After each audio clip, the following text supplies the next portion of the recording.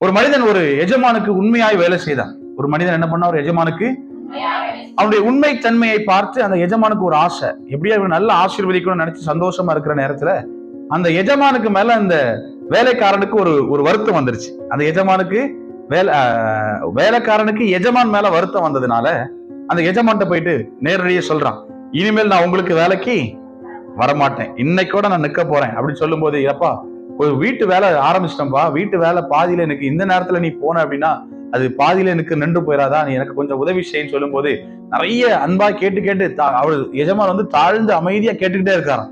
ஆனா இந்த வேலைக்காரர் மாத்திரம் சிம்மரா பதில் சொல்றானா, இல்ல அதெல்லாம் முடியாது, நான் போறேன், என்ன விட்டுருங்க, நீங்க எனக்கு எந்த நன்மையுமே செய்யல அப்படி இப்படி சொல்லி அதிகமா சத்தம் போட்டிருக்கிறார். ஆனாலும் தயவா நீ கொஞ்ச நாளைக்கு என் மேல ஒரு இறக்கம் வச்சு இந்த வேலையை மட்டும் முடிச்சு கொடுத்துட்டு போயிருன்னு சொன்னான்.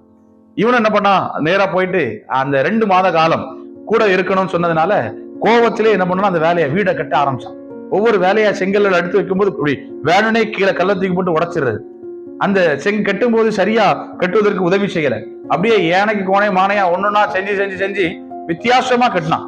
அதை பார்த்ததும் ஆனா எஜமான் என்ன பண்ணல, ஒண்ணுமே சொல்ல. என் மேல இருக்கிற கோவத்துல ஒரு வீட்டை கட்டுவதை கூட நீ இப்படி பண்ணிட்டு இருக்கியா, சரி பரவாயில்ல, நான் உன்னை மன்னிக்கிறேன் போன்னு சொல்லி விட்டுட்டான். எல்லா வீடெல்லாம் கட்டி முடிச்சாச்சு.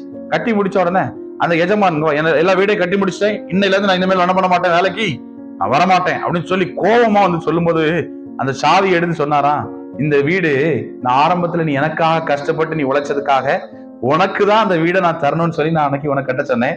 ஆனா கடைசி 2 மாசம் நீ என்ன பண்ண, நிர்விசாரமா எனக்கு ஓனமானையா செஞ்சு வச்சுட்ட.